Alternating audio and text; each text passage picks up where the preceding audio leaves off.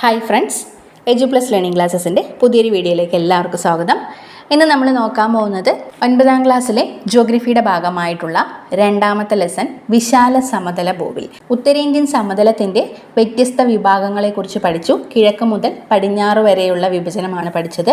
ഇനി നമ്മൾ പഠിക്കാൻ പോകുന്നത് ഉത്തരേന്ത്യൻ സമതലത്തെ വടക്ക് നിന്നും തെക്കോട്ടുള്ള വിഭജനമാണ്. വടക്ക് നിന്നും തെക്കോട്ട് 3 പ്രധാനപ്പെട്ട മേഖലകളായിട്ടാണ് ഉത്തരേന്ത്യൻ സമതലത്തെ വിഭജിക്കുന്നത്. ആദ്യത്തേത് ബാബർ, രണ്ടാമത്തേത് ടെറായ്, മൂന്നാമത്തേത് എക്കൽ സമതലങ്ങൾ. ബാബർ, ടെറായ്, എക്കൽ സമതലങ്ങൾ, ഇങ്ങനെ 3 വിഭാഗങ്ങളായിട്ടാണ് വടക്ക് നിന്നും തെക്കോട്ട് ഉത്തരേന്ത്യൻ സമതലത്തിനെ വിഭജിക്കുന്നത്. ഇനി ഇതിൻ്റെ പ്രത്യേകതകൾ എന്തൊക്കെയാണെന്ന് നോക്കാം. ആദ്യം തന്നെ പ്രളയ സമതലങ്ങൾ എന്താണെന്ന് നോക്കാം. നമുക്കറിയാം, പ്രളയ സമയത്ത് നദികൾ കര കവിഞ്ഞ് ഒഴുകാറുണ്ട്. ഇങ്ങനെ കര കവിഞ്ഞ് ഒഴുകുന്ന നദികൾ, ഈ നദികൾ ഒഴുക്കിക്കൊണ്ടുവരുന്ന എക്കൽ മണ്ണ് ഇതിൻ്റെ 2 കരകളിലും നിക്ഷേപിക്കപ്പെടുന്നു. ഇരു കരകളിലും നിക്ഷേപിക്കപ്പെട്ട് സമതലങ്ങൾ രൂപം കൊള്ളാറുണ്ട്. ഇങ്ങനെ രൂപം കൊള്ളുന്ന സമതലങ്ങളെയാണ് പ്രളയ സമതലങ്ങളെന്ന് പറയുന്നത്. പ്രളയ സമയത്ത് എക്കൽ നിക്ഷേപങ്ങൾ രൂപപ്പെടുത്തുന്ന സമതലങ്ങളായതുകൊണ്ടാണ് ഇതിനെ പ്രളയ സമതലങ്ങൾ എന്ന പേരിൽ അറിയപ്പെടുന്നത്. ഈ സമതലങ്ങൾ കൃഷിക്ക് വളരെയേറെ അനുയോജ്യമായതുകൊണ്ട് തന്നെ ലോക പ്രശസ്തമായിട്ടുള്ള പല നദീതട സംസ്കാരങ്ങളും രൂപം കൊണ്ടിട്ടുള്ളത് പ്രളയ സമതലങ്ങളിലാണ്. ഇനി നമുക്ക് ഉത്തരേന്ത്യൻ സമതലത്തിൻ്റെ വടക്ക് നിന്നും തെക്കോട്ടുള്ള 3 മേഖലകളുടെ പ്രത്യേകതകൾ എന്തൊക്കെയാണെന്ന് നോക്കാം. ആദ്യത്തേത് ബാബറാണ്. സിവാലിക് പർവ്വതനിരയ്ക്ക് സമാന്തരമായി തെക്കു ഭാഗത്ത് കാണപ്പെടുന്നതാണ് ബാബർ എന്ന് അറിയപ്പെടുന്നത്. നമ്മൾ നേരത്തെ പഠിച്ച ഹിമാലയ പർവ്വതം, ഹിമാലയ പർവ്വതത്തിൻ്റെ ഏറ്റവും തെക്കുള്ള ഭാഗമാണ് സിവാലിക് പർവ്വതനിര. ഈ സിവാലിക് പർവ്വതനിരയ്ക്ക് സമാന്തരമായിട്ടാണ് കാണപ്പെടുന്നത്. അതുപോലെ തന്നെ സിവാലിക് പർവ്വതനിരയ്ക്ക് തെക്കു ഭാഗത്തായി കാണപ്പെടുന്നതാണ് ബാബർ. സിവാലിക്കിൻ്റെ ചരിവ് അവസാനിക്കുന്ന ഭാഗത്ത് നിന്ന് ഏകദേശം 8 കിലോമീറ്റർ മുതൽ 10 കിലോമീറ്റർ വരെ വിസ്തൃതിയുള്ള ഇടുങ്ങിയ ഭാഗമാണ് ബാബർ എന്ന് അറിയപ്പെടുന്നത്. സിവാലിക് മലയടിവാരത്തിൻ്റെ ചരിവ് അവസാനിക്കുന്ന ഭാഗത്ത് നിന്നും ഏകദേശം 8 കിലോമീറ്റർ മുതൽ 10 കിലോമീറ്റർ വരെ വിസ്തൃതിയുള്ള ഇടുങ്ങിയ ഭൂഭാഗങ്ങളാണ് ബാബർ. ഇതിൻ്റെ പ്രത്യേകത, പർവ്വതങ്ങളിൽ നിന്നും ഉത്ഭവിക്കുന്ന നദികൾ കൊണ്ടുവരുന്ന, നമുക്കറിയാം നദികൾ ഒഴുക്കിനൊപ്പം തന്നെ ഉരുളൻ കല്ലുകളും പാറക്കഷ്ണങ്ങളും എല്ലാം കൊണ്ടുവരും. ഈ ഉരുളൻ കല്ലുകളും പാറകളും നിക്ഷേപിക്കപ്പെട്ട് രൂപം കൊണ്ട സമതല ഭാഗമാണ് ബാബർ എന്ന പേരിൽ അറിയപ്പെടുന്നത്. അതുകൊണ്ട് അവിടെ ഉരുളൻ കല്ലുകളും പാറകളുമായിരിക്കും കാണപ്പെടുക. അതിനടിയിലൂടെയാണ് നദികൾ ഒഴുകിപ്പോകുന്നത്.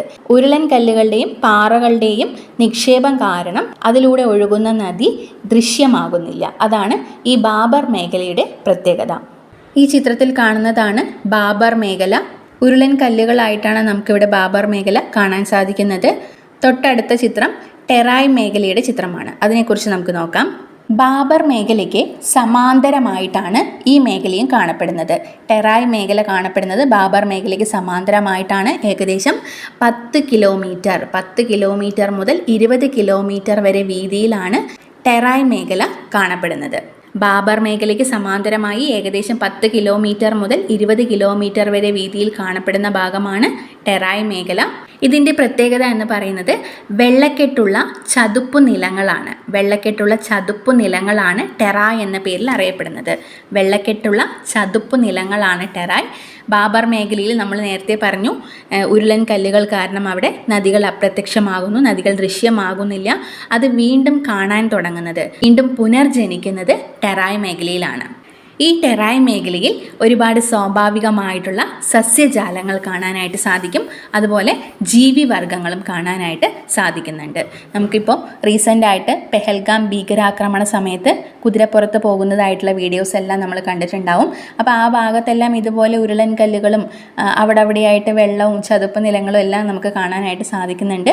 ആ മേഖലയൊക്കെ ഇതിനോട് അടുത്ത് വരുന്നതാണ്. അതേപോലെ തന്നെ ടെറായ് മേഖലയ്ക്ക് തെക്കായി കാണപ്പെടുന്നതാണ് എക്കൽ സമതലങ്ങൾ. ടെറായ് മേഖലയ്ക്ക് തെക്കായി പുതിയതും പഴയതുമായ എക്കൽ നിക്ഷേപങ്ങളാൽ രൂപപ്പെട്ടിട്ടുള്ള സമതല ഭാഗമാണ് എക്കൽ സമതലങ്ങൾ. പഴയ എക്കൽ നിക്ഷേപങ്ങളെയാണ് ബങ്കർ എന്ന പേരിൽ അറിയപ്പെടുന്നത്. പഴയ എക്കൽ നിക്ഷേപങ്ങൾ അറിയപ്പെടുന്ന പേരാണ് ബങ്കർ. അതേസമയം പുതിയ എക്കൽ നിക്ഷേപം അല്ലെങ്കിൽ പുതിയ എക്കൽ എന്നറിയപ്പെടുന്നത് ഖാദറാണ്. ഖാദറാണ് പുതിയ എക്കൽ നിക്ഷേപം. പഴയതാണെങ്കിൽ ബങ്കർ എന്നും പുതിയതാണെങ്കിൽ ഖാദർ എന്ന പേരിലുമാണ് അറിയപ്പെടുന്നത്. നദികളുടെ നിക്ഷേപണ പ്രക്രിയ മൂലം രൂപം കൊണ്ടിട്ടുള്ള ഭൂരൂപങ്ങളാണ് നദീജന്യ ദ്വീപുകൾ അല്ലെങ്കിൽ റിവറൈൻ ഐലാൻഡ്, മണൽ വരമ്പുകൾ, ഡെൽറ്റകൾ. നിക്ഷേപണ ഭൂരൂപങ്ങളായിട്ടുള്ള നദീജന്യ ദ്വീപുകൾ, മണൽ വരമ്പുകൾ, ഡെൽറ്റകൾ എന്നിവ ഈ ഒരു മേഖലയിൽ എക്കൽ സമതല പ്രദേശത്ത് കാണപ്പെടുന്ന സവിശേഷതയാണ്. അതുപോലെ തന്നെ പിണഞ്ഞൊഴുകുന്ന അരുവികൾ, ബ്രെയ്ഡഡ് സ്ട്രീം എന്ന് പറയാം. പിണഞ്ഞൊഴുകുന്ന അരുവികൾ, വലയങ്ങൾ, മിയാൻഡേഴ്സ്, ഓക്സ്ബോ തടാകങ്ങൾ എന്നിവയും ഇവിടുത്തെ പ്രത്യേകതയാണ്. എക്കൽ സമതലങ്ങളുടെ മറ്റു പ്രത്യേകതകളാണ് പിണഞ്ഞൊഴുകുന്ന അരുവികൾ, വലയങ്ങൾ, ഓക്സ്ബോ തടാകങ്ങൾ. ഇനി ഈ പറഞ്ഞ കാര്യങ്ങൾ ചിത്രത്തിൻ്റെ സഹായത്തോടു കൂടെ ഓർത്തുവയ്ക്കാൻ വളരെ എളുപ്പമായിരിക്കും. അത് നമുക്ക് നോക്കാം. അതിനു മുൻപ് നദീജന്യ ദ്വീപുകൾ, നീർച്ചാൽ, തിട്ടകൾ, മണൽ വരമ്പുകൾ എന്താണെന്ന് നോക്കാം. സമതല പ്രദേശം എത്തുന്നതോടുകൂടി നദിയുടെ ഒഴുക്കും ആഴവും വളരെ കുറവായിരിക്കും. അതുകൊണ്ട് തന്നെ ആ പ്രദേശങ്ങളിൽ ഈ നദികൾ ഒഴുക്കി കൊണ്ടുവരുന്ന അവസാദങ്ങളെല്ലാം നിക്ഷേപിക്കപ്പെടും. അത് പല രീതിയിലാണ് നിക്ഷേപിക്കപ്പെടുന്നത്.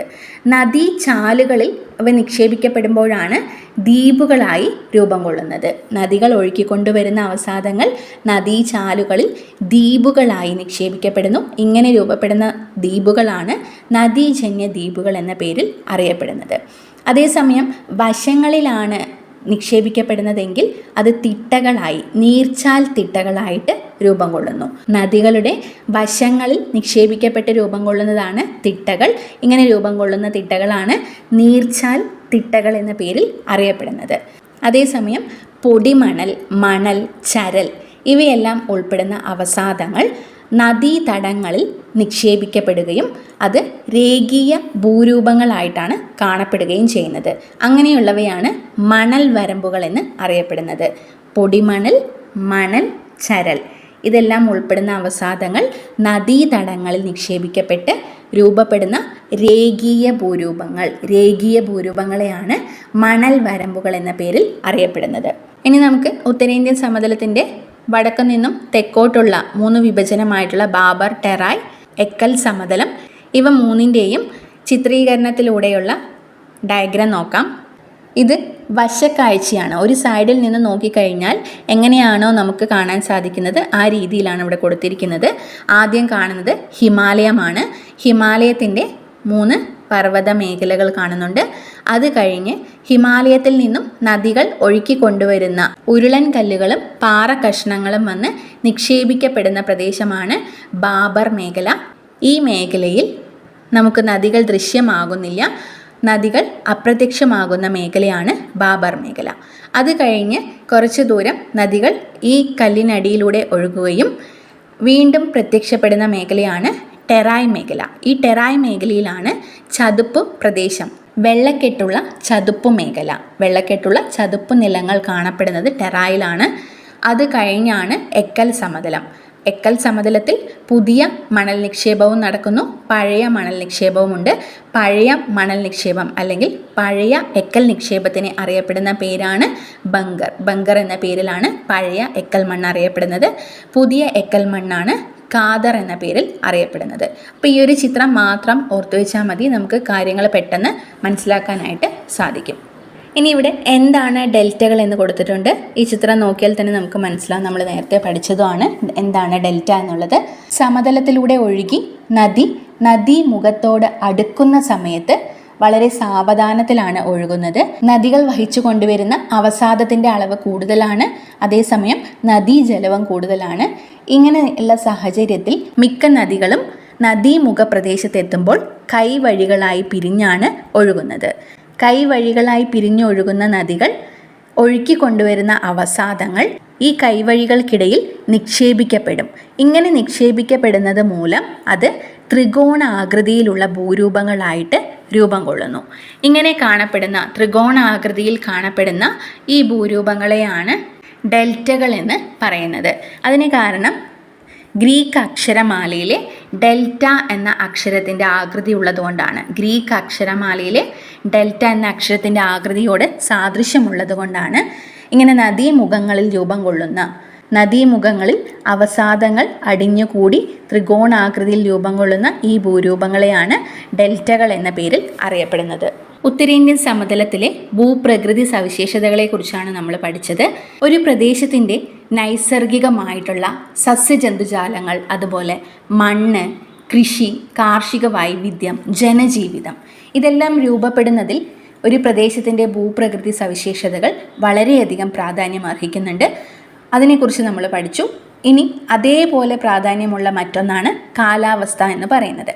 ഉത്തരേന്ത്യൻ സമതലത്തിലെ കാലാവസ്ഥാ സവിശേഷതകളെക്കുറിച്ചാണ് അടുത്ത് നമ്മൾ നോക്കാൻ പോകുന്നത്. ഉത്തരേന്ത്യൻ സമതലങ്ങളിലെ കാലാവസ്ഥ നമുക്ക് 4ആയിട്ട് തിരിക്കാം. ശൈത്യകാലം, ഉഷ്ണകാലം, തെക്കു പടിഞ്ഞാറൻ മൺസൂൺ കാലം, വടക്കു കിഴക്കൻ മൺസൂൺ കാലം. അതിനെക്കുറിച്ച് കൂടുതലായിട്ട് നമുക്ക് അടുത്ത ക്ലാസ്സിൽ പഠിക്കാം. ഈ ഒരു ക്ലാസ് നിങ്ങൾക്ക് യൂസ്ഫുൾ ആയെന്ന് കരുതുന്നു. യൂസ്ഫുൾ ആയെങ്കിൽ മറ്റുള്ളവർ കൂടെ ഒന്ന് ഷെയർ ചെയ്ത് കൊടുക്കുക. അതോടൊപ്പം വീഡിയോ ലൈക്ക് ചെയ്യാനും ചാനൽ സബ്സ്ക്രൈബ് ചെയ്യാനും മറക്കരുത്. നിങ്ങളുടെ അഭിപ്രായങ്ങൾ കമൻറ്റിലൂടെ അറിയിക്കുക. നമുക്ക് മറ്റൊരു ക്ലാസ്സുമായി കാണാം. താങ്ക്